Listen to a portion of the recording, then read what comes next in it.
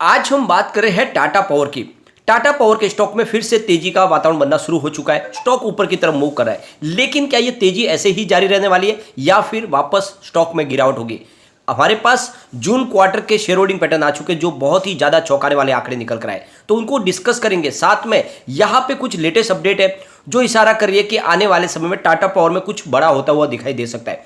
तो क्या ऐसे में हमें इस समय टाटा पावर में निवेश करना चाहिए या फिर ज़्यादा प्राइस होने की वजह से इसमें से निकल जाना चाहिए? क्योंकि अगर आप देखोगे तो पिछले 2 साल में इसने बहुत ही ज़बरदस्त प्रदर्शन किया है। तो क्या अगर गिरावट दौर आती है फिर से बाजार में, तो क्या स्टॉक नीचे आ सकता है या फिर यहाँ से एक नई छलांग लगाने को स्टॉक तैयार हो चुका है? क्योंकि इसने 200 के स्तर को छुआ था, फिर वहाँ से तेज़ी से आगे बढ़ना शुरू भी हो गया है। तो बहुत सारी बातें जिनको इस वीडियो के माध्यम से डिस्कस करेंगे। और टाटा ग्रुप का ये स्टॉक जो कि आने वाले समय हमारे लिए मल्टी बैगर साबित हो सकता है। जिस तरह से टाटा ने अपना विजन पेश किया है वो ये इशारा कर रहा है कि यहाँ पे कंपनी में आने वाले समय में हमें बड़ा चेंज आता हुआ दिखाई दे सकता है। यहाँ पे लगातार निवेश भी आ रहा है और ग्रीन एनर्जी में कंपनी बहुत तेजी से आगे भी बढ़ रही है। कंपनी अलग अलग सेक्टर में काम कर रही है, जैसे कि आपको पता ही होगा ईवी चार्जिंग के लिए कंपनी लगातार बिजनेस को आगे बढ़ाती जा रही है। पूरे हिंदुस्तान में ईवी चार्जिंग का जाल बिछाने जा रही है कंपनी। दूसरी तरफ सोलर रूफटॉप के ऊपर कंपनी काम कर रही है। साथ में आप देख सकते हो कि कंपनी अपने परंपरागत ऊर्जा का जो बिजनेस है उसमें भी तेजी से आगे बढ़ रही है। और जिस तरह से लगातार इलेक्ट्रिसिटी कंजम्पशन बढ़ रहा है उसका भी फायदा कंपनी को मिल रहा है। इनके खुद की मलेशिया में कोल माइंस है जिसमें इनकी 30% की स्टेक। तो बहुत सारी बातें जो ये साबित करती है कि टाटा पावर में आने वाले समय में हमें तेजी की संभावना तो बनी सकती है। और क्वार्टर वन कैसा रह सकता है, क्या पिछली बार की तरह इस बार भी क्वार्टर वन में हमें उछाल देखने को मिलेगा? तो इन सारे सवालों के जवाब जानने की कोशिश करेंगे इस वीडियो के माध्यम से। लेकिन फ्रेंड, उससे पहले अगर आप पहली बार हमारे चैनल पे आए तो चैनल को सब्सक्राइब कर दीजिए, एक बेल आइकॉन दबा दीजिए ताकि जब भी नया वीडियो बने पहला नोटिफिकेशन आपको मिले। वीडियो पसंद आए तो लाइक शेयर जरूर कीजिए। चलो फ्रेंड्स, वीडियो स्टार्ट करते हैं। मैं हूं आपका दोस्त एस बी दवे और हमारे अपने चैनल ऑनलाइन कमाई में आपका बहुत बहुत स्वागत है। सबसे पहले फ्राइडे के ट्रेडिंग को डिस्कस कर लेते हैं। स्टॉक ओपन हुआ 230 पर, यही लो है, और हाई बना 234 का। अंत में 230 पर ही क्लोजिंग रही, यानी जहां पे शुरुआत हुई वहीं पर क्लोजिंग रही। करीब 0.24% की तेजी थी। यहाँ पे अगर हम इसकी परफॉर्मेंस देखें तो 3 अप्रैल 2020 को ये 30 रुपये के आसपास स्टॉक था। जब कोरोना की वजह से गिरावट शुरू थी बाजार में तो ये भी 30 रुपये तक चला गया था, लेकिन उसके बाद में जो दौड़ना शुरू किया तो ये 300 तक गया। तो आप देख सकते हो कि 1.5 साल में स्टॉक ने बहुत ही जबरदस्त प्रदर्शन किया। यहाँ पे आप देखें तो अभी जो इसमें से रिसेंटली जब इसमें गिरावट का दौर शुरू हुआ 200 तक आया था 30 जून को। उसके बाद में फिर से स्टॉक ने अप मूव दिखाया, तो इस बार कुछ नई हाई बनती हुई दिखाई दे सकती है। यहाँ पे देखिए पिछले एक साल का प्रदर्शन तो 118 इसका 52 वीक का लो है और 298 इसका 52 वीक का हाई है। फिलहाल स्टॉक आप देखोगे 230 के आसपास है। इसके वॉल्यूम को देखें तो पिछले एक महीने पहले इसका 2 करोड़ का वॉल्यूम था, 1 वीक पहले 1 करोड़ का वॉल्यूम हुआ था, और थर्सडे को भी 1 करोड़ का वॉल्यूम था, फ्राइडे को भी 1 करोड़ का ही वॉल्यूम हुआ। तो देख सकते हो कि एक जैसे वॉल्यूम में काम का जो रहा है, काफ़ी स्टेबल है स्टॉक। अब यहाँ पे जैसे कि आपको पता ही होगा ब्लैक रॉक और मुबादला यहाँ पे इन्वेस्टमेंट करने जा रहे हैं टाटा के ग्रीन एनर्जी के बिजनेस में। तो यहाँ पे जो उसके लिए ऑप्शन तलाशी गई है वो है राइट इशू के माध्यम से। तो राइट इशू के माध्यम से यहाँ पे निवेश किया जाएगा। और आप देख सकते हो इन दो इन्वेस्टर से करीब 6000 करोड़ रुपये का नया निवेश लिया जाएगा और उसके बदले में उनको करीब 10.5% की स्टेक दी जाएगी। तो आप ये समझ सकते हो कि जल्द यहाँ पे राइट इशू आ सकता है और राइट इशू के माध्यम से यहाँ पे इनको जल्द ही हमारे सामने रिजल्ट होगा और यहाँ पे बहुत सारी जो बातें पॉजिटिव निकल सकती है। इस बार रिजल्ट में कुछ दमदार आंकड़े निकल के आ सकते हैं।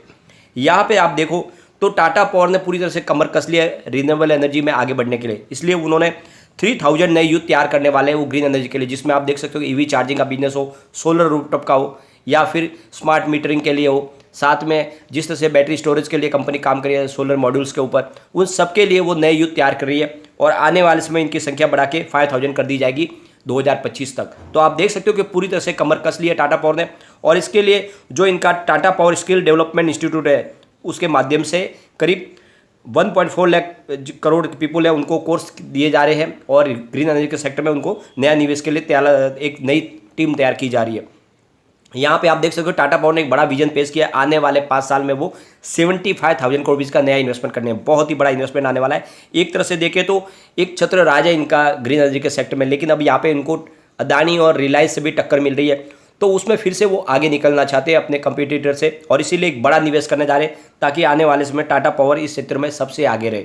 तो कुल मिला के आप देख सकते हो कि आने वाला पीरियड जो है वो टाटा पावर के लिए गोल्डन पीरियड साबित होगा। तो इसमें आपको इन्वेस्टमेंट करके रखना चाहिए। यहाँ पे अगर हम देखें तो क्वार्टर वन के आंकड़े हमारे सामने आएंगे जल्द ही। उसके पहले अगर हम देखें तो कंपनी ने लगातार अच्छा प्रदर्शन किया है। मार्च 2021 की बात करें तो कंपनी को 10,127 करोड़ रुपये का रेवेन्यू मिला था। जून 2021 में 10,132 रुपीज़ का रिवेन्यू, सितंबर में थोड़ी सी कमी आई 9,810 रुपीज़ का रिवेन्यू हुआ, लेकिन दिसंबर में फिर से रिवेन्यू बढ़कर 10,913 रुपीज़ तक पहुंच गया और मार्च 2022 में 11,960 रुपीज़ का इनको रिवेन्यू मिला। तो आप देख सकते हो कि शानदार बढ़ोतरी हुई है। पिछले मार्च से इस मार्च में रिवेन्यू में अच्छी खासी बढ़ोतरी देखने को मिली है।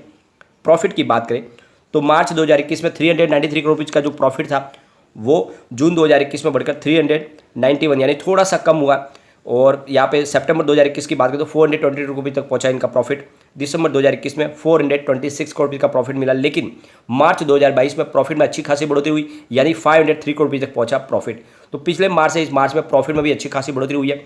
इस बार आंकड़े और भी उत्साहवर्धक हो सकते हैं क्योंकि इस बार इलेक्ट्रिसिटी कंजम्पशन बढ़ा है, साथ में बिजनेस लगातार इनका बढ़ा है, तो फायदा इसका देखने को मिल सकता है। यहाँ पे थोड़ी सी जो निराशाजनक बात निकल के आ रही है वो है इसके शेयर होल्डिंग पैटर्न से, जहाँ पे आपको FII और म्यूचुअल फंड की होल्डिंग कम होती हुई दिखाई देगी। प्रमोटर की बात करें तो 46.86% की होल्डिंग है जो 3 क्वार्टर से बनी हुई है। गिरवी शेयरों की बात करें तो 1.40% की होल्डिंग गिरवी है जो बहुत ही मामूली है, उससे कोई चिंता की बात नहीं है। बात अगर FI की करें तो 10.84% की होल्डिंग दिसंबर में थी, मार्च में 10.82 हुई यानी थोड़ी सी होल्डिंग कम हुई। उसके बाद में जून 2022 की बात करें तो 10.10% हो गई। तो आप देख सकते हो कि FI की होल्डिंग लगातार इसमें से थोड़ी कम हो रही है। आप देख रहे होंगे कि फिलहाल FI का जो निवेश है वो पेनी स्टॉक में और स्मॉल कैप में ज़्यादा हो रहा है। बड़े स्टॉक से फिलहाल वो अपना इन्वेस्टमेंट निकाले क्योंकि यहाँ पे ऑलरेडी पहले बहुत ज़्यादा प्रॉफिट उनको मिल चुका है। बात अगर DI की करें तो 15.57% की होल्डिंग दिसंबर में थी, मार्च में उन्होंने अपनी होल्डिंग को फिर से बढ़ाया और 15.88% कर लिया, लेकिन इस जून में फिर से DI की होल्डिंग थोड़ी सी कम हुई है यानी 14.69% हुई है। उसके पीछे वजह यह है कि लगातार अच्छी तेजी बनी थी तो प्रॉफिट बुकिंग हुई है। म्यूचुअल फंड की बात करें तो 4.48% की होल्डिंग दिसंबर में थी, 4.83 हुई मार्च में, फिलहाल 3.83% की होल्डिंग है। तो म्यूचुअल फंड ने काफ़ी अपनी होल्डिंग को कम किया और वहाँ पर भी प्रॉफिट बुकिंग की संभावना बनी है। अदर्स की बात करें तो 26.73% की होल्डिंग दिसंबर में थी, मार्च में 26.44% हुई और जून में 28.35% की होल्डिंग है। तो ये शेयर होल्डिंग पैटर्न में आप देख सकते हो कि लोगों के द्वारा प्रॉफिट बुक किए गए, बड़े फंड हाउस ने काफ़ी अच्छा प्रॉफिट बुक किया है क्योंकि तेजी भी बहुत ही अच्छी बनी थी, लेकिन जल्दी फिर से खरीदारी शुरू होगी। ये मौका है खरीदारी करके क्योंकि स्टॉक काफ़ी ज़्यादा करेक्शन के दौर में आ चुका है। अब इसके रिटर्न को अगर हम देखें तो पिछले 5 साल के हिसाब से 176% का पॉजिटिव रिटर्न मिला है, 3 ईयर के हिसाब से 244% का पॉजिटिव रिटर्न है, 1 ईयर के हिसाब से 86% का पॉजिटिव रिटर्न है, लेकिन 3 मंथ के हिसाब से 8% की गिरावट है, 1 मंथ के हिसाब से 14% वापस आप है, 1 डे के हिसाब से 0.33% आप है। तो आप देख सकते हो कि इस बड़ी गिरावट के दौर में ये 8% तक गिरा है, कोई बड़ी गिरावट नहीं है। ये मौका है खरीदारी करें क्योंकि यहाँ पे कम्युनिटी सेंटिमेंट भी 100% बाई की कॉल दे रहा है, यानी लोगों का पूरा विश्वास है स्टॉक के ऊपर और निवेश किया जा सकता है। अब एक बार इसके पिवोट लेवल को भी चेक कर लेते हैं तो यहाँ से अगर गिरावट होती है तो जो पहला सपोर्ट है वो 229 का है, ये सपोर्ट टूटा तो 227 तक स्टॉक जाएगा और नीचे गया तो फिर 225 तक जा सकता है। अब ऊपर की तरफ मूव करने पे देखें तो 233 का फर्स्ट रेजिस्टेंस है, इसको पार कर लिया तो 235 तक स्टॉक जाएगा और ऊपर गया तो फिर 236 तक जाएगा।